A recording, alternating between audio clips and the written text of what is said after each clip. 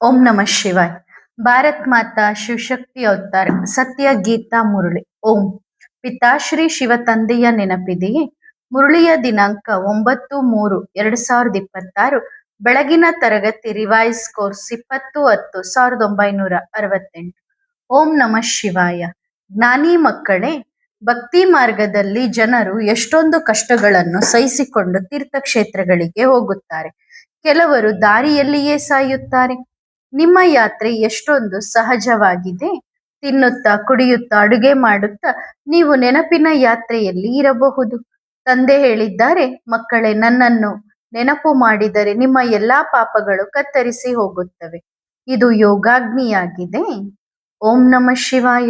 ಈ ಕಣ್ಣುಗಳಿಂದ ಬಲೆ ದಾದಾರವರನ್ನು ನೋಡಿರಿ, ಆದರೆ ಬುದ್ಧಿಯಿಂದ ಅರ್ಥಸಹಿತವಾಗಿ ಶಿವ ಬಾಬಾರವರನ್ನು ನೆನಪು ಮಾಡಿರಿ. ಮನ್ಮನಾಭವ ಮಧ್ಯಾಜೀಭವ ಎನ್ನುವುದರ ಅರ್ಥವೂ ಇದೇ ಆಗಿದೆ. ಶಿವ ಬಾಬಾರವರನ್ನು ನೆನಪು ಮಾಡುವುದು ಮತ್ತು ಬೇಹದ್ದಿನ ಸುಖದ ರಾಜಧಾನಿಯನ್ನು ನೆನಪು ಮಾಡುವುದು. ಬೇರೆ ಯಾವುದೇ ಕಷ್ಟವಿಲ್ಲ. ನಿರೋಗಿಯೂ ಆಗಬೇಕಿದೆ ಮತ್ತು ಡಬಲ್ ಕಿರೀಟಧಾರಿ ವಿಶ್ವದ ಮಾಲೀಕರೂ ಆಗಬೇಕಿದೆ. ಇದನ್ನು ಬುದ್ಧಿಯಲ್ಲಿ ಅವಶ್ಯವಾಗಿ ನೆನಪಿಟ್ಟುಕೊಳ್ಳಬೇಕು. ಈ 15 ನಿಮಿಷ ಏನು ಮಾಡುತ್ತಿದ್ದೀರಿ? ನೆನಪಿನ ಯಾತ್ರೆ. ಎವರ್ ನಿರೋಗಿಯಾಗಲು ನೆನಪು ಮಾಡುತ್ತಾ ಸತೋ ಪ್ರಧಾನರಾಗುತ್ತಿದ್ದೀರಿ. ಏಕೆಂದರೆ ನೀವು ಯಾವಾಗ ನಿಮ್ಮ ರಾಜಧಾನಿಯಲ್ಲಿ ಸತೋ ಪ್ರಧಾನರಾಗಿದ್ದೀರೋ ಆಗ ನಿರೋಗಿಯಾಗಿದ್ದೀರಿ. ಕಂಚನ ಕಾಯವಿತ್ತು. 21 ಜನ್ಮಗಳಿಗಾಗಿ ನಿರೋಗಿಯಾಗಬೇಕಿದೆ. ಎಷ್ಟೊಂದು ಸಹಜವಾಗಿದೆ. ಯಾವುದೇ ಔಷಧಿ ಇತ್ಯಾದಿ ಮಾಡುವ ವಿಷಯವಿಲ್ಲ. ತಂದೆ ಅವಿನಾಶಿ ಸರ್ಜನ್ ಆಗಿದ್ದಾರೆ ಮತ್ತು ವೈದ್ಯರೂ ಆಗಿದ್ದಾರೆ. ಎಷ್ಟೊಂದು ಸಹಜ ಯುಕ್ತಿಯನ್ನು ತಿಳಿಸುತ್ತಾರೆ. ಕೇವಲ ಹೇಳುತ್ತಾರೆ, ತಮ್ಮನ್ನು ಆತ್ಮ ಎಂದು ತಿಳಿದು ತಂದೆಯನ್ನು ನೆನಪು ಮಾಡುವುದರಿಂದ ಸಂಪೂರ್ಣ ಆರೋಗ್ಯವಂತರು, ಸಂಪೂರ್ಣ ಐಶ್ವರ್ಯವಂತರು ಆಗಬೇಕಿದೆ. ಎಲ್ಲಿಗಾಗಿ? ಹೊಸ ಜಗತ್ತಿಗಾಗಿ. ಈ ಸಂಗಮ ಯುಗದಲ್ಲಿಯೇ ನೀವು ಅಮರ ಪದವಿಯನ್ನು ಪಡೆಯುತ್ತೀರಿ. ಅಲ್ಲಿ ಯಾವುದೇ ರೋಗ ರುಜಿನ ಇತ್ಯಾದಿ ಯಾವುದೂ ಇರುವುದಿಲ್ಲ. ಸತೋ ಪ್ರಧಾನ ಜಗತ್ತಾಗಿದೆ ಅಲ್ಲವೇ? ಎಲ್ಲರೂ ನಿರೋಗಿಗಳು. ತಂದೆ ನೀವು ಮಕ್ಕಳನ್ನು 100% ಆರೋಗ್ಯವಂತರನ್ನಾಗಿ ಮಾಡುತ್ತಾರೆ. ಹಾಗಾದರೆ ಇಂತಹ ತಂದೆಯನ್ನು ಹರ್ಷಿತ ಮುಖರಾಗಿ ಎಷ್ಟೊಂದು ಖುಷಿಯಿಂದ ನೆನಪು ಮಾಡಬೇಕು. ತಂದೆ ಗ್ಯಾರಂಟಿ ಕೊಡುತ್ತಾರೆ, ಮಧುರಾತಿ ಮಧುರ ಮಕ್ಕಳೇ, ನಿಮ್ಮ ಏನೆಲ್ಲ ಪಾಪಗಳಿವೆಯೋ, ಯಾವುದರಿಂದ ನೀವು ದುಃಖವನ್ನು ಅನುಭವಿಸುತ್ತಾ ಬಂದಿದ್ದೀರೋ ಆ ಎಲ್ಲಾ ಪಾಪಗಳು ಯೋಗಾಗ್ನಿಯಿಂದ ಭಸ್ಮವಾಗುತ್ತವೆ. 5000 ವರ್ಷಗಳ ಹಿಂದೆಯೂ ನೀವು ನಿರೋಗಿಯಾಗಿದ್ದೀರಿ. ಅನೇಕ ಸಾರಿ ನಿರೋಗಿಯಾಗಿದ್ದೀರಿ. ತಂದೆ ನೆನಪು ಮಾಡಿಸುತ್ತಾರೆ, ಅವಶ್ಯವಾಗಿ ನಾವು ಆತ್ಮಗಳು ಪ್ರತಿ 5000 ವರ್ಷಗಳ ನಂತರ ಶ್ರೀಮತದಂತೆ ನಡೆದು ಸಂಪೂರ್ಣ ಆರೋಗ್ಯವಂತರಾಗುತ್ತೇವೆ. ಅದು ಕೂಡ ಜನ್ಮ ಜನ್ಮಾಂತರ, ಅಂದರೆ 21 ಜನ್ಮಗಳಿಗಾಗಿ ಆರೋಗ್ಯವಂತರಾಗುತ್ತೇವೆ. ಯಾರು ಈಗ ಪುರುಷಾರ್ಥ ಮಾಡಿ ಪದವಿಯನ್ನು ಪಡೆಯುತ್ತಾರೆಯೋ ಅವರೇ ಕಲ್ಪಕಲ್ಪವೂ ಪಡೆಯುತ್ತಿರುತ್ತಾರೆ.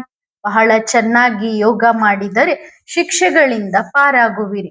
ಇಲ್ಲದಿದ್ದರೆ ಮತ್ತೆ ಕಲ್ಪಕಲ್ಪಾಂತರವು ಶಿಕ್ಷೆ ಅನುಭವಿಸಬೇಕಾಗುತ್ತದೆ. ತಂದೆ 1 ಸೆಕೆಂಡಿನಲ್ಲಿ ಮುಕ್ತಿ ಜೀವನ್ಮುಕ್ತಿಯ ಆಸ್ತಿಯನ್ನು ಕೊಡುತ್ತಾರೆ. ಮಗು ತಾಯಿಯ ಗರ್ಭದಿಂದ ಹೊರಬಂದ ತಕ್ಷಣ ಆಸ್ತಿಗೆ ಹಕ್ಕುದಾರನಾಗುತ್ತಾನೆ. ಅದರಲ್ಲಿ ಗಂಡು ಮಕ್ಕಳು ಮತ್ತು ಹೆಣ್ಣು ಮಕ್ಕಳು ಇರುತ್ತಾರೆ. ಇಲ್ಲಿ ನೀವೆಲ್ಲರೂ ಮಕ್ಕಳೇ ಆಗುತ್ತೀರಿ. ತಂದೆಯನ್ನು ಗುರುತಿಸಿದಿರಿ ಮತ್ತು ಸ್ವರ್ಗದ ಆಸ್ತಿಯನ್ನು ಪಡೆದುಕೊಂಡಿದ್ದೀರಿ. ನಂತರ ಶ್ರೇಷ್ಠ ಪದವಿಯನ್ನು ಪಡೆಯಲು ಪುರುಷಾರ್ಥ ಮಾಡುವುದಾಗಿದೆ. ಎಷ್ಟು ನೆನಪಿನ ಯಾತ್ರೆಯಲ್ಲಿ ಜಾಸ್ತಿ ಇರುತ್ತೀರೋ ಅಷ್ಟೇ ಶ್ರೇಷ್ಠ ಪದವಿಯನ್ನು ಪಡೆಯುವಿರಿ ಮತ್ತು ಬೇರೆ ಯಾವುದೇ ಕಷ್ಟವಿಲ್ಲ. ಓದಲು ಯಾವುದೇ ಪುಸ್ತಕಗಳು ಇತ್ಯಾದಿಗಳೂ ಇಲ್ಲ. ಇದನ್ನು ಜ್ಞಾನ ಮತ್ತು ವಿಜ್ಞಾನ ಎಂದು ಕರೆಯಲಾಗುತ್ತದೆ. ವಾಸ್ತವದಲ್ಲಿ ಸತ್ಯವಾದ ಜ್ಞಾನ ವಿಜ್ಞಾನ ಭವನ ಅಂತೂ ಇದಾಗಿದೆ. ಅದು ಕೇವಲ ಹೆಸರಿಗೆ ಮಾತ್ರ ಸರ್ಕಾರದ ಜ್ಞಾನ ವಿಜ್ಞಾನ ಭವನವಾಗಿದೆ. ಅಲ್ಲಿ ಅನೇಕ ಭಾಷೆಗಳಲ್ಲಿ ಭಾಷಣ ಆಗುತ್ತವೆ. ನೀವಂತೂ ಆ ಅಮರಪುರಿಗೆ ಹೋಗುತ್ತೀರಿ. ಎಲ್ಲಿ ಒಂದೇ ಭಾಷೆ ಒಂದೇ ರಾಜ್ಯವಿರುತ್ತದೆಯೋ ಆ ಜಗತ್ತಿಗೆ ಹೋಗುತ್ತೀರಿ. ಈ ಲಕ್ಷ್ಮೀನಾರಾಯಣರ ಒಂದೇ ರಾಜ್ಯವಿತ್ತು, ಬೇರೆ ಯಾವುದೇ ಖಂಡವಿರಲಿಲ್ಲ. ಭಾರತವನ್ನು ಸತ್ಯ ಖಂಡ ಎಂದು ಕರೆಯುತ್ತಾರೆ. ಈ ಭಾರತವೇ ಅವಿನಾಶಿ ಖಂಡವಾಗಿದೆ. ಇದು ಎಂದಿಗೂ ವಿನಾಶವಾಗುವುದಿಲ್ಲ. ಶಾಸ್ತ್ರಗಳಲ್ಲಿ ಮಹಾ ಪ್ರಳಯವಾಗುತ್ತದೆ ಎಂದು ತೋರಿಸಿದ್ದಾರೆ, ಆದರೆ ಪ್ರಳಯ ಅಂತೂ ಆಗುವುದಿಲ್ಲ. ಇದನ್ನು ಚಿಕ್ಕ ಪ್ರಳಯ ಎಂದು ಹೇಳಬಹುದು. ಕೇವಲ ಒಂದು ಭಾರತ ಖಂಡ ಉಳಿಯುತ್ತದೆ, ಉಳಿದೆಲ್ಲ ಖಂಡಗಳು ವಿನಾಶವಾಗುತ್ತವೆ. ಒಂದು ಭಾರತ ಖಂಡ ಎಂದಿಗೂ ವಿನಾಶವಾಗುವುದಿಲ್ಲ. ಆದರೆ ಹೌದು, ತಮೋ ಪ್ರಧಾನ ಸುಳ್ಳಿನ ಖಂಡ ಆಗುತ್ತದೆ.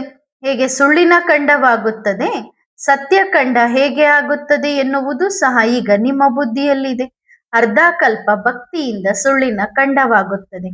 ತಂದೆ ಹೇಳುತ್ತಾರೆ, ವೇದ ಶಾಸ್ತ್ರಗಳು, ಯಜ್ಞ, ತಪಸ್ಸು, ದಾನ, ಪುಣ್ಯ ಇತ್ಯಾದಿಗಳಿಂದ ನನ್ನನ್ನು ಸ್ವಲ್ಪವೂ ಪ್ರಾಪ್ತಿ ಮಾಡಿಕೊಳ್ಳಲು ಸಾಧ್ಯವಿಲ್ಲ. ಇವುಗಳಿಂದ ನೀವಿನ್ನು ದುರ್ಗತಿಯನ್ನೇ ಹೊಂದುತ್ತಾ ಬಂದಿದ್ದೀರಿ. ನಾವು ತಮೋ ಪ್ರಧಾನರಾಗಿದ್ದೇವೆ ಎಂದು ತಿಳಿದುಕೊಳ್ಳುತ್ತೀರಿ. ಆಗಲೇ ಬೇಕಾಗಿದೆ. ಸೃಷ್ಟಿಯೂ ಸಹ ಸತೋ ಪ್ರಧಾನದಿಂದ ಸತೋ ರಜೋ ತಮೋ ಪ್ರಧಾನ ಆಗಬೇಕು. ಕೆಳಗೆ ಇಳಿಯಲೇಬೇಕಾಗುತ್ತದೆ. ಇದು ಆಟವಾಗಿದೆ. ಈಗ ಮತ್ತೆ ಸತೋ ಪ್ರಧಾನರಾಗಬೇಕಾಗಿದೆ. ಹೇಗೆ ಆಗಬೇಕು? ಅದಕ್ಕಾಗಿ ಇದು ಪುರುಷೋತ್ತಮ ಸಂಗಮ ಯುಗವಾಗಿದೆ. ಶ್ರೇಷ್ಠಾತಿ ಶ್ರೇಷ್ಠ ಪುರುಷರಾದರೆ ನಾರಿಯು ಶ್ರೇಷ್ಠಳಾಗುತ್ತಾಳೆ. ನೀವು ಪುರುಷೋತ್ತಮ ಮತ್ತು ಪುರುಷೋತ್ತಮನೀಯರಾಗುತ್ತೀರಿ. ಯಾರು ಎಷ್ಟು ಪುರುಷಾರ್ಥ ಮಾಡುತ್ತಾರೋ ಅಷ್ಟೇ ಶ್ರೇಷ್ಠ ಪದವಿಯನ್ನು ಪಡೆಯುತ್ತಾರೆ. ಪವಿತ್ರರೂ ಆಗಬೇಕಿದೆ. ತಂದೆ ತಿಳಿಸಿದ್ದಾರೆ, ಯಾವಾಗ ನೀವು ಪವಿತ್ರರಾಗಿದ್ದೀರೋ ಆಗ ವಿಶ್ವದ ಮಾಲೀಕರಾಗಿದ್ದೀರಿ. ಡಬಲ್ ಕಿರೀಟಧಾರಿಯಾಗಿದ್ದೀರಿ. ಬೆಳಕಿನ ಕಿರೀಟವೂ ಇತ್ತು. ಇದನ್ನು ಕೇವಲ ತಿಳಿಸುವುದಕ್ಕಾಗಿ ತೋರಿಸಲಾಗುತ್ತದೆ. ಆದರೆ ಅಲ್ಲಿ ಅಂತಹ ಯಾವುದೇ ಬೆಳಕು ಕಾಣಿಸುವುದಿಲ್ಲ. ಅಲ್ಲಿ ಎಲ್ಲರೂ ಪವಿತ್ರರಾಗಿಯೇ ಇರುತ್ತಾರೆ. ಆದ್ದರಿಂದ ಪವಿತ್ರತೆಯ ಕಿರೀಟವನ್ನು ತೋರಿಸಲಾಗುತ್ತದೆ. ಆದರೆ ಅಂತಹ ಬೆಳಕು ಹೊರಗಿನಿಂದ ಹೊಳೆಯುವುದಿಲ್ಲ. ನಂತರ ಯಾವಾಗ ವಾಮ ಮಾರ್ಗದಲ್ಲಿ ಕೆಳಗೆ ಬೀಳುತ್ತಾರೋ ಆಗ ಈ ಗುರುತುಗಳು ಇರುವುದಿಲ್ಲ. ಬಲೆ ಸನ್ಯಾಸಿಗಳು ಇತ್ಯಾದಿ ಕೊಡುತ್ತಾರೆ, ಆದರೆ ಅವರು ಆರ್ಟಿಫಿಷಿಯಲ್ ಕೊಡುತ್ತಾರೆ. ದೇವತೆಗಳು ಸರ್ವೋತ್ತಮ ಪವಿತ್ರರಾಗಿದ್ದಾರೆ. ಅವರು ಇರುವುದೇ ಸ್ವರ್ಗದಲ್ಲಿ. ಅದನ್ನು ಗೋಲ್ಡನ್ ಏಜ್ ಎಂದು ಕರೆಯಲಾಗುತ್ತದೆ. ಈಗ ಐರನ್ ಏಜ್ ಆಗಿದೆ. ಆತ್ಮವು ಐರನ್ ಏಜ್ಡ್ ಆದಾಗ ಆಭರಣಗಳು ಸಹ ಐರನ್ ಆಗಿರುತ್ತವೆ. ಗಾಯನ ಕೂಡ ಮಾಡುತ್ತಾರಲ್ಲವೇ, ನಾನು ನಿರ್ಗುಣಿ, ನನ್ನಲ್ಲಿ ಯಾವುದೇ ಗುಣವಿಲ್ಲ ಎಂದು. ಕರುಣಾಮಯಿ ಎಂದು ತಂದೆಗೆ ಮಾತ್ರ ಹೇಳಲಾಗುತ್ತದೆ. ಕೃಪಾಸಾಗರ, ಜ್ಞಾನಪೂರ್ಣ, ಪವಿತ್ರತಾ ಸಾಗರ ಎಂದು ಅವರಿಗೆ ಮಾತ್ರ ಹೇಳಲಾಗುತ್ತದೆ. ಅವರು ಎಲ್ಲಾ ವಿಷಯಗಳಲ್ಲೂ ಪರ್ಫೆಕ್ಟ್ ಆಗಿದ್ದಾರೆ. ಅಂದ್ರೆ ಶಿವಬಾಬಾ ಎಲ್ಲಾ ವಿಷಯಗಳಲ್ಲೂ ಎಲ್ಲಾ ಗುಣಗಳಲ್ಲೂ ಸಂಪೂರ್ಣ ಆಗಿದ್ದಾರೆ. ಸುಪ್ರೀಂ ಎಂದು ತಂದೆಗೆ ಕರೆಯಲಾಗುತ್ತದೆ. ಬೇರೆ ಯಾವುದೇ ಆತ್ಮವನ್ನು ಸುಪ್ರೀಂ ಎಂದು ಕರೆಯುವುದಿಲ್ಲ. ಕೇವಲ ಒಬ್ಬ ತಂದೆಯನ್ನು ಹೊರತುಪಡಿಸಿ ಒಬ್ಬ ತಂದೆ ಮಾತ್ರ ಸದಾ ಅಲ್ಲಿ ಇರುತ್ತಾರೆ. ಉಳಿದವರೆಲ್ಲರೂ ದೇಹಧಾರಿಗಳಾಗಿದ್ದಾರೆ. ಶರೀರವನ್ನು ಧಾರಣೆ ಮಾಡಿಕೊಂಡು ಪಾತ್ರವನ್ನು ಅಭಿನಯಿಸಲು ಬರುತ್ತಾರೆ. ಪ್ರತಿಯೊಂದು ಆತ್ಮಕ್ಕೂ ಯಾವ ಶರೀರ ಸಿಗುತ್ತದೆಯೋ ಅದಕ್ಕೆ ಅವಶ್ಯವಾಗಿ ಹೆಸರು ಇಡಲಾಗುತ್ತದೆ. ಪ್ರತಿ ಜನ್ಮದಲ್ಲಿ ಹೆಸರು, ರೂಪ, ದೇಶ, ಕಾಲ, ಮುಖ, ಪಿಕ್ಚರ್ಸ್ ಬದಲಾಗುತ್ತವೆ. ವರ್ಷ ಕಳೆಯಿತು, ತಿಂಗಳು ಕಳೆಯಿತು, ಗಂಟೆಗಳು ಕಳೆದವು. ಸತ್ಯಯುಗದಿಂದ ಕಳೆಯುತ್ತಾ ಈಗ ಕಲಿಯುಗದ ಅಂತ್ಯದವರೆಗೆ ಬಂದು ಬಿದ್ದಿದ್ದೀರಿ. ಅಂದ್ರೆ ಕೆಳಗ್ ಬಿದ್ದಿದ್ದೀರಿ. ಈಗ ನೀವು ಮಕ್ಕಳಿಗೆ ಸ್ಮೃತಿ ಬಂದಿದೆ, ಹೇಗೆ ನಾವು ಸತೋ ಪ್ರಧಾನರಿಂದ ಕೆಳಗೆ ಇಳಿಯುತ್ತಾ ತಮೋ ಪ್ರಧಾನ ಪತಿತರಾಗಿದ್ದೇವೆ ಎಂದು. 84 ಜನ್ಮಗಳು ಪೂರ್ಣವಾದವು. ಈಗ ಮತ್ತೆ ಮೊದಲನೇ ನಂಬರ್ಗೆ ಹೋಗಬೇಕಿದೆ. ವಿಶ್ವದ ಇತಿಹಾಸ ಭೂಗೋಳ ಪುನರಾವರ್ತನೆ ಆಗುತ್ತದೆ ಎಂದು ಹೇಳಲಾಗುತ್ತದೆ. ಆ ಸತ್ಯಯುಗದ ಇತಿಹಾಸ ಭೂಗೋಳ ಪುನರಾವರ್ತನೆ ಆಗುತ್ತದೆ ಎಂದು ಹೇಳಲಾಗುತ್ತದೆ. ಕಲಿಯುಗವು ನಡೆಯುತ್ತಲೇ ಇದೆ. ಮತ್ತೆ ಸತ್ಯಯುಗದ ಇತಿಹಾಸ ಭೂಗೋಳ ಪುನರಾವರ್ತನೆ ಆಗಬೇಕಿದೆ. ಅದಕ್ಕಾಗಿಯೇ ಈಗ ನೀವು ಪುರುಷಾರ್ಥ ಮಾಡುತ್ತಿದ್ದೀರಿ. ನಿಮಗೆ ಗೊತ್ತಿದೆ, ನಾವು ನಮ್ಮ ಬೇಹದ್ದಿನ ತಂದೆಯಿಂದ ಬೇಹದ್ದಿನ ಸುಖದ ಆಸ್ತಿಯನ್ನು ಮತ್ತೆ ಪಡೆಯುತ್ತಿದ್ದೇವೆ. ಈ 84 ಜನ್ಮಗಳ ಚಕ್ರವು ಬುದ್ಧಿಯಲ್ಲಿ ನೆನಪಿರಬೇಕು. ತಂದೆಯಿಂದ ನಾವು ಈ ಸತ್ಯಯುಗದ ರಾಜ್ಯವನ್ನು ಅನೇಕ ಬಾರಿ ಪಡೆದುಕೊಂಡಿದ್ದೇವೆ. ವಂಡರ್ ಆಫ್ ದಿ ವರ್ಲ್ಡ್ ಎಂದು ತೋರಿಸುತ್ತಾರಲ್ಲವೇ, ತಾಜ್ ಮಹಲ್ ಇತ್ಯಾದಿ ಮಾಯೆಯ 7 ಅದ್ಭುತಗಳಾಗಿವೆ. ಮಾಯೆಯ ಅದ್ಭುತಗಳು ಕೂಡ 7 ಇವೆ. ತಂದೆಯ ಅದ್ಭುತವಂತೂ ಒಂದೇ ಆಗಿದೆ. ಅದನ್ನು ಸ್ವರ್ಗ, ಪ್ಯಾರಡೈಸ್ ಎಂದು ಕರೆಯಲಾಗುತ್ತದೆ. ಇಲ್ಲಿನ ಅದ್ಭುತಗಳಲ್ಲಿ ಏನಿದೆ? ಸುಖದ ಮಾತೇ ಇಲ್ಲ. ಈ ಅದ್ಭುತಗಳನ್ನು ನಿರ್ಮಿಸಿದ್ದಾರೆ. ಚೀನಾದ ಗೋಡೆ ಎಂದು ಹೇಳುತ್ತಾರಲ್ಲವೇ, ಬಹಳ ಪರಿಶ್ರಮದಿಂದ ನಿರ್ಮಿಸಿದ್ದಾರೆ. ಮನುಷ್ಯರಿಗೆ ಗೊತ್ತಿಲ್ಲ. Wonder of world. ನಿಜಕ್ಕೂ ಈ ಅಬುವಿನ ದಿಲ್ವಾಡ ಮಂದಿರವಾಗಿದೆ. ಜಗತ್ತಿನ ಅದ್ಭುತ ಅಂದ್ರೆ ದಿಲ್ವಾಡ ಮಂದಿರವಾಗಿದೆ. ಇದರಲ್ಲಿ ಆದಿದೇವ, ಆದಿದೇವಿ ಮತ್ತು ಮಕ್ಕಳು ಕುಳಿತಿದ್ದಾರೆ. ಮೇಲ್ಭಾಗದಲ್ಲಿ ಸ್ವರ್ಗವಿದೆ. ಇಲ್ಲದಿದ್ದರೆ ಎಲ್ಲಿ ನಿರ್ಮಿಸುತ್ತಾರೆ? ಮೇಲ್ಭಾಗದಲ್ಲಿ ರಾಜಧಾನಿ, ಕೆಳಭಾಗದಲ್ಲಿ ತಪಸ್ಸು ಮಾಡುತ್ತಿದ್ದಾರೆ. ಅಂದರೆ ದಿಲ್ವಾಡ ಮಂದಿರದಲ್ಲಿ ಕೆಳಗಡೆಗೆ ತಪಸ್ಸಿನ ಮೂರ್ತಿಗಳನ್ನ, ಮೇಲ್ಛಾವಣಿಯಲ್ಲಿ ಒಳ್ಳೆ ಸುಂದರ ಕೆತ್ತನೆಯನ್ನ ತೋರಿಸಿದ್ದಾರೆ. ಈಗ ನೀವೇ ರಾಜ ಋಷಿಗಳು, ಅವರು ಹಠಯೋಗ ಋಷಿಗಳು. ಋಷಿ ಎಂದು ಪವಿತ್ರರಿಗೆ ಹೇಳಲಾಗುತ್ತದೆ. ಪವಿತ್ರತೆಯು ಅವಶ್ಯವಾಗಿ ಬೇಕಲ್ಲವೇ? ನಂತರ ಅರ್ಧಕಲ್ಪ ಪವಿತ್ರರಾಗಿಯೇ ಇರುತ್ತೀರಿ.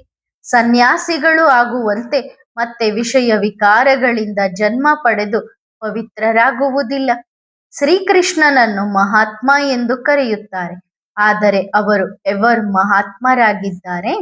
ಈ ಸನ್ಯಾಸಿಗಳು ಮತ್ತೆ ವಿಕಾರದಿಂದ ಜನ್ಮ ಪಡೆದು ಮಹಾತ್ಮರಾಗುತ್ತಾರೆ. ಈ ವಿಷಯಗಳನ್ನು ಮನುಷ್ಯರು ತಿಳಿದುಕೊಂಡಿಲ್ಲ. ಬಹಳ ಒಳ್ಳೆಯ ಪ್ರಸಿದ್ಧ ಸನ್ಯಾಸಿಗಳಿದ್ದಾರೆ. ಬಾಂಬೆಯಲ್ಲಿ ಸಿಂಹವನ್ನು ಸಾಕುವಂತಹ ಒಬ್ಬ ಸನ್ಯಾಸಿ ಇದ್ದರು. ಶಿಮ್ಲಾಕ್ಕೂ ಸಿಂಹವನ್ನು ತೆಗೆದುಕೊಂಡು ಹೋಗಿದ್ದರು. ಆದರೆ ಮಹಾನ್ ವ್ಯಭಿಚಾರಿಯಾಗಿದ್ದರು. ನಂತರ ಮದುವೆಯಾಗಿ ಮಕ್ಕಳನ್ನು ಸಹ ಪಡೆದುಕೊಂಡರು. ಆರಂಭದಲ್ಲಿ ಅವರ ಬಳಿ ಬಹಳ ದೊಡ್ಡ ದೊಡ್ಡ ವ್ಯಕ್ತಿಗಳು ಹೋಗುತ್ತಿದ್ದರು. ಇಂತಹ ಸನ್ಯಾಸಿಗಳಿಗೆ ಲಕ್ಷಾಂತರ ಅನುಯಾಯಿಗಳು ಆಗುತ್ತಾರೆ. ಅವರ ಹೆಸರು ಪ್ರಸಿದ್ಧಿಯಾಗುತ್ತದೆ. ನೀವು ಯಾರ ಅಂಧಶ್ರದ್ಧೆಯ ಅನುಯಾಯಿಗಳೂ ಅಲ್ಲ. ಅನುಯಾಯಿಗಳು ಎಂಬ ಹೆಸರಂತೂ ಇಲ್ಲಿ ಇರುವುದೇ ಇಲ್ಲ. ಎಲ್ಲಿ ಆ ಸನ್ಯಾಸಿ, ಎಲ್ಲಿ ಗೃಹಸ್ಥಿಗಳು? ಅಂದರೆ ಕತ್ತೆಯ ರೀತಿ ಭಾರ ಹೊರುವ ಗೃಹಸ್ಥಿಗಳು ಎಲ್ಲಿ? ಫಾಲೋವರ್ ಆಗಿದ್ದರೆ ಸಂಪೂರ್ಣವಾಗಿ ಫಾಲೋ ಮಾಡಬೇಕು. ಅಂದ್ರೆ ಸನ್ಯಾಸಿಗಳ ಅನುಯಾಯಿಗಳು ಅಂತ ಹೇಳ್ತೀರಿ ಅಂದ್ರೆ ಸನ್ಯಾಸಿಗಳಂತೆ ಸಂಪೂರ್ಣವಾಗಿ ಫಾಲೋ ಮಾಡ್ರಿ. ನೀವು ಸತ್ಯವಾದ ಅನುಯಾಯಿಗಳಾಗಿದ್ದೀರಿ, ಪವಿತ್ರರೂ ಆಗುತ್ತೀರಿ. ನೀವು ಶಿವ ಬಾಬಾರವರನ್ನು ಫಾಲೋ ಮಾಡಬೇಕು. ಶಿವನ ಮೆರವಣಿಗೆಯ ಸೇನೆ ಇದೆಯಲ್ಲವೇ? ಶಿವ ಬಾಬಾರವರ ಮೆರವಣಿಗೆ ಎಷ್ಟಿದೆ? ಕೋಟ್ಯಾಂತರ. ಶಂಕರನ ಮೆರವಣಿಗೆ ಎಂದು ಹೇಳಲು ಸಾಧ್ಯವಿಲ್ಲ. ಶಿವನ ಮೆರವಣಿಗೆಯಾಗಿದೆ. ಶಂಕರನು ವಾಸ್ತವದಲ್ಲಿ ಇಲ್ಲವೇ ಇಲ್ಲ. ಈ ಭಕ್ತಿ ಮಾರ್ಗದಲ್ಲಿ ಅನೇಕ ಚಿತ್ರಗಳನ್ನು ಬಹಳಷ್ಟು ಮಾಡುತ್ತಾರೆ. ಈಗ ಸೊಂಡಿಲು ಇರುವ ಗಣೇಶ, ಇಂತಹವರು ಯಾರಾದರೂ ಇರಲು ಸಾಧ್ಯವೇ? ದೊಡ್ಡ ದೊಡ್ಡ ಮಿನಿಸ್ಟರ್ಸ್ ಇತ್ಯಾದಿಗಳ ಬುದ್ಧಿಯ ವಿಚಾರವೂ ನಡೆಯುವುದಿಲ್ಲ. ಸೊಂಡಿಲು ಇರುವ ದೇವತೆ ಮತ್ತೆ ಎಲ್ಲಿಂದ ಬಂದರು? ಇಂತಹ ಮನುಷ್ಯರು ಯಾರಾದರೂ ಇರುತ್ತಾರೆಯೇ? ಹನುಮಂತ ಕೋತಿಯನ್ನು ಎಷ್ಟೊಂದು ಪೂಜಿಸುತ್ತಾರೆ. ಮೊದಲು ನಿಮಗೂ ಈ ತಿಳುವಳಿಕೆ ಇರಲಿಲ್ಲ. ಈಗ ತಂದೆ ಎಷ್ಟೊಂದು ತಿಳುವಳಿಕೆಯನ್ನು ಕೊಟ್ಟಿದ್ದಾರೆ. ತಂದೆ ಏನೆಲ್ಲ ಮಾಡುತ್ತಾರೆ. ಮೊದಲು ಗುರುಗಳು ಇತ್ಯಾದಿ ಜನರು ಏನು ಹೇಳುತ್ತಿದ್ದರೋ ಅದಕ್ಕೆ ಸತ್ಯ ಎಂದು ಹೇಳುತ್ತಿದ್ದರು. ಈಗ ನೀವು ಒಪ್ಪುವುದಿಲ್ಲ. ನೀವು ತಿಳಿದುಕೊಳ್ಳುತ್ತೀರಿ. ಈ ರೀತಿ ಆಗಲು ಸಾಧ್ಯವಿಲ್ಲ ಎಂದು ಹೇಳುತ್ತೀರಿ. ಭಕ್ತಿ ಮಾರ್ಗದಲ್ಲಿ ಏನೆಲ್ಲ ಮಾಡುತ್ತಿರುತ್ತಾರೆ. ಎಷ್ಟೊಂದು ಸಮಯವನ್ನು ವ್ಯರ್ಥ ಮಾಡುತ್ತಾರೆ. ಲೌಕಿಕ ತಂದೆಯು ಮಕ್ಕಳಿಗೆ ಹಣವನ್ನು ಕೊಡುತ್ತಾರೆ. ಆಗ ಕೆಲವರು ಕೆಟ್ಟ ಮಕ್ಕಳಾಗಿದ್ದರೆ ಅವರು ತಕ್ಷಣ ಹಣವನ್ನು ಹಾಳು ಮಾಡುತ್ತಾರೆ. ಅವರು ಅದ್ದಿನ ಕುಪುತ್ರ ಮಕ್ಕಳಾಗಿದ್ದಾರೆ. ಈಗ ಬೇಹದ್ದಿನ ತಂದೆ ನೀವು ಮಕ್ಕಳಿಗೆ ಹೇಳುತ್ತಾರೆ, ಮಧುರಾತಿ ಮಧುರ ಮಕ್ಕಳೇ, ಇಲ್ಲಿಗೆ 5,000 ವರ್ಷಗಳ ಹಿಂದೆ ನಿಮಗೆ ವಿಶ್ವದ ರಾಜ್ಯಾಧಿಕಾರವನ್ನು ಕೊಟ್ಟಿದ್ದೆ. ಎಷ್ಟೊಂದು ವಜ್ರ ವೈಡೂರ್ಯಗಳು ಇತ್ಯಾದಿ ಇದ್ದವು. ನಿಮ್ಮ ಶಾಸ್ತ್ರಗಳಲ್ಲೂ ಇದೆಯಲ್ಲವೇ? ಸಾಗರದಿಂದ ದೇವತೆಗಳು ಹೊರಬಂದು ತಟ್ಟೆ ತುಂಬಿ ರತ್ನಗಳನ್ನು ಕೊಡುತ್ತಿದ್ದರು ಎಂದು. ಈಗ ನೀವು ಜೋಳಿಗೆಯನ್ನು ತುಂಬಿಸಿಕೊಳ್ಳುತ್ತೀರಲ್ಲವೇ? ಇದು ಜ್ಞಾನ ರತ್ನವಾಗಿದೆ. ಇದರಿಂದ ಜೋಳಿಗೆಯನ್ನು ತುಂಬಿಸಿಕೊಳ್ಳಬೇಕು. ತಂದೆಯನ್ನು ನೆನಪು ಮಾಡುವುದಿಲ್ಲ. ಆಗ ಸಂಪೂರ್ಣ ಜ್ಞಾನವು ಬುದ್ಧಿಯಿಂದ ಹರಿದು ಹೋಗುತ್ತದೆ. ಧಾರಣೆಯೂ ಆಗುವುದಿಲ್ಲ. ಸತ್ಯಯುಗದಲ್ಲಿ ನೀವು ಎಷ್ಟೊಂದು ಸಾಹುಕಾರರಾಗಿದ್ದವರು, ವಿಶ್ವದ ಮಾಲೀಕರಾಗಿದ್ದವರು. ಅಪಾರ ಹಣ, ವಜ್ರ ವೈಡೂರ್ಯಗಳಿದ್ದವು. ಭಕ್ತಿ ಮಾರ್ಗದಲ್ಲಿಯೇ ಸೋಮನಾಥನ ಮಂದಿರವನ್ನು ಎಷ್ಟೊಂದು ಅಲಂಕರಿಸಲಾಗಿತ್ತು. ಹಾಗಾದರೆ ಸತ್ಯಯುಗದಲ್ಲಿ ಎಷ್ಟೊಂದು ಅಪಾರ ಹಣವಿರಬಹುದು. ತಂದೆ ಹೇಳುತ್ತಾರೆ, ಅಷ್ಟೊಂದು ಅಪಾರ ಧನವನ್ನು ಎಲ್ಲಿ ಕಳೆದುಕೊಂಡಿದ್ದೀರಿ? ಭಕ್ತಿ ಮಾರ್ಗದಲ್ಲಿ ಎಲ್ಲವನ್ನೂ ವ್ಯರ್ಥ ಮಾಡಿದಿರಿ. ಮಂದಿರಗಳನ್ನು ನಿರ್ಮಿಸಿ ದಾನ ಪುಣ್ಯ ಮಾಡಿದಿರಿ, ಲೂಟಿ ಮಾಡಿಕೊಂಡು ಹೋದರು. ಭಕ್ತಿಯಲ್ಲಿ ಅಲೆದಾಡುತ್ತಾ ಹಣವನ್ನು ಕಳೆದುಕೊಳ್ಳುತ್ತಾ ಈಗ ಸಂಪೂರ್ಣವಾಗಿ ಖಾಲಿಯಾಗಿದ್ದೀರಿ. ಮತ್ತೆ ತಂದೆ ಬಂದು ಸಂಪನ್ನರನ್ನಾಗಿ ಮಾಡುತ್ತಾರೆ. ಭಾರತವು 100% ಶ್ರೀಮಂತ ಆಗಿತ್ತು, ಮತ್ತೆ 100% ದಿವಾಳಿಯಾಗಿದೆ. ಭಿಕ್ಷೆ ಬೇಡುತ್ತಿದ್ದಾರೆ. ಚಿತ್ರದಲ್ಲೂ ನೀವು ತೋರಿಸಿದ್ದೀರಿ, ಅದರಲ್ಲಿ ಹೆದರುವಂತಹ ಯಾವುದೇ ವಿಷಯವಿಲ್ಲ. ಭಾರತವು ಭಿಕ್ಷುಕ ಆಗಿರುವುದು ನಿಜವಾಗಿದೆ. ನೀವು ಮಕ್ಕಳಿಗೆ ಈ ಸ್ಮೃತಿ ಬಂದಿದೆ, ನಾವು ವಿಶ್ವದ ಮಾಲೀಕರು, ಬಹಳ ಸಾಹುಕಾರರಾಗಿದ್ದೆವು ಎಂದು. ಈಗ ಭಾರತ ಏನಾಗಿದೆ? ಹಣವಿಲ್ಲದೆ ಸುಖವಿರುವುದೇ ಇಲ್ಲ. ಬೇಹದ್ದಿನ ತಂದೆ ಜ್ಞಾನದ ಸಾಗರ. ನೀವು ಮಕ್ಕಳಿಗೆ ಅವಿನಾಶಿ ಜ್ಞಾನ ರತ್ನಗಳ ಖಜಾನೆಯನ್ನು ಕೊಡುತ್ತಾರೆ. ಆದ್ದರಿಂದ ಇಲ್ಲಿ ಕುಳಿತು ತಂದೆಯನ್ನು ನೆನಪು ಮಾಡಿರಿ, ರಾಜಧಾನಿಯನ್ನು ನೆನಪು ಮಾಡಿರಿ. ನೀವು ಎಷ್ಟೊಂದು ಸಾಹುಕಾರರಾಗಿದ್ದೀರಿ. ಪ್ರತಿಯೊಂದು ವಸ್ತುವು ಸಂಪೂರ್ಣವಾಗಿ ಹೊಸದಾಗಿತ್ತು. ವಜ್ರ ವೈಡೂರ್ಯಗಳ ಗಣಿಗಳಿದ್ದವು. ತತ್ವಗಳು ಸಹ ಅಲ್ಲಿ ಸತೋಪ್ರಧಾನವಾಗಿರುವ ಕಾರಣ ಆರ್ಡರ್ನಲ್ಲಿ ಇರುತ್ತಿದ್ದವು. ಪ್ರಕೃತಿಯು ದಾಸಿಯಾಗುತ್ತದೆ. ಎಂದಿಗೂ ಅಕಾಲಿಕ ಬಿಸಿಲು ಅಂದರೆ ಆಕಸ್ಮಿಕವಾಗಿ ಬಿಸಿಲು ಬಿತ್ತು ಮತ್ತು ಆಕಸ್ಮಿಕವಾಗಿ ಮಳೆ, ಈ ರೀತಿ ಆಗಲು ಸಾಧ್ಯವಿಲ್ಲ. ನದಿಗಳ ಏರುಪೇರು ಇತ್ಯಾದಿ ಯಾವುದೇ ಅಕಾಲಿಕವಾಗಿ ಕೆಲಸವಾಗುವುದಿಲ್ಲ. ದುಃಖದ ಅಂಶ ಮಾತ್ರವೂ ಇರುವುದೇ ಇಲ್ಲ. ಅಲ್ಲಿ ಅಗರಬತ್ತಿಗಳು ಇತ್ಯಾದಿಗಳ ಅವಶ್ಯಕತೆ ಇರುತ್ತದೇನೋ? ಅಲ್ಲಿ ಪ್ರಾಕೃತಿಕವಾಗಿ ಸುವಾಸನೆ ಇರುತ್ತದೆ. ದುರ್ವಾಸನೆಯ ಯಾವುದೇ ವಸ್ತು ಇರುವುದಿಲ್ಲ. ಹೊಗೆಯಾಗಲು ಈ ಕಟ್ಟಿಗೆಗಳು ಇತ್ಯಾದಿಗಳನ್ನು ಅಲ್ಲಿ ಸುಡುತ್ತಾರೇನೋ? ಹೆಸರೇ ಸ್ವರ್ಗ. ಈಗ ನೀವು ಓದುತ್ತಿದ್ದೀರಿ ಹೇಗೆ? ಆಲ್ಫ್ ಮತ್ತು ಬೆ, ತಂದೆ ಮತ್ತು ಆಸ್ತಿ. ಕೆಳಗೆ ಭೂಮಿಯ ಮೇಲೆ ಕುಳಿತು ತಂದೆ ಓದಿಸುತ್ತಾರಲ್ಲವೇ? ತಂದೆಯೂ ಸಹ ನೋಡಿ ಹೇಗೆ ಓದಿಸುತ್ತಾರೆ. ಭಗವಾನುವಾಚ ಅಂತೂ ಇದೆಯಲ್ಲವೇ? ಆದರೆ ಭಗವಂತ ಯಾರು ಎನ್ನುವುದು ಮನುಷ್ಯರಿಗೆ ಗೊತ್ತಿಲ್ಲ. ಭಗವಂತನನ್ನು ಕಲ್ಲು ಮಣ್ಣುಗಳಲ್ಲಿ ಸೇರಿಸಿದ್ದಾರೆ ಮತ್ತು ಮತ್ತೆ ಕೃಷ್ಣನನ್ನು ಭಗವಂತ ಎಂದು ಹೇಳುತ್ತಾರೆ.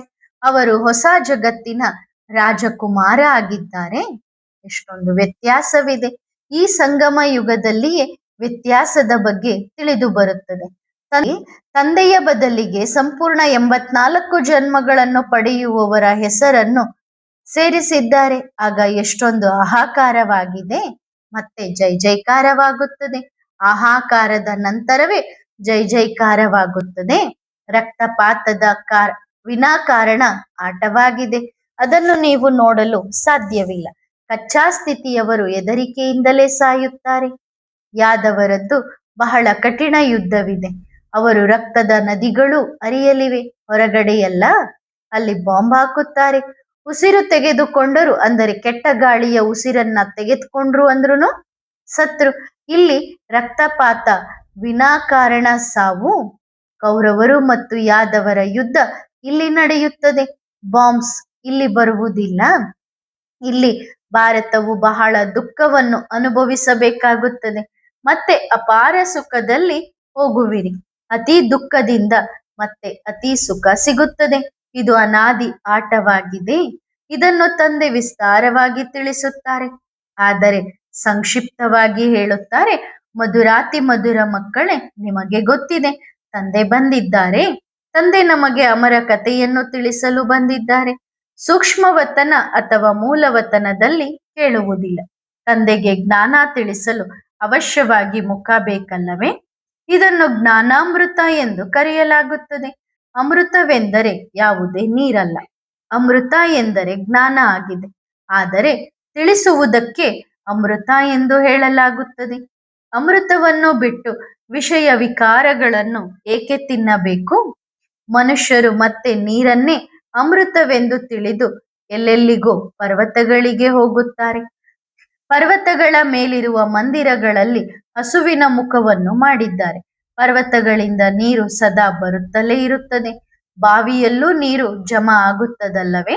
ಹಾಗಾಗಿ ಅದೆಲ್ಲವೂ ಭಕ್ತಿ ಮಾರ್ಗವಾಗಿದೆ.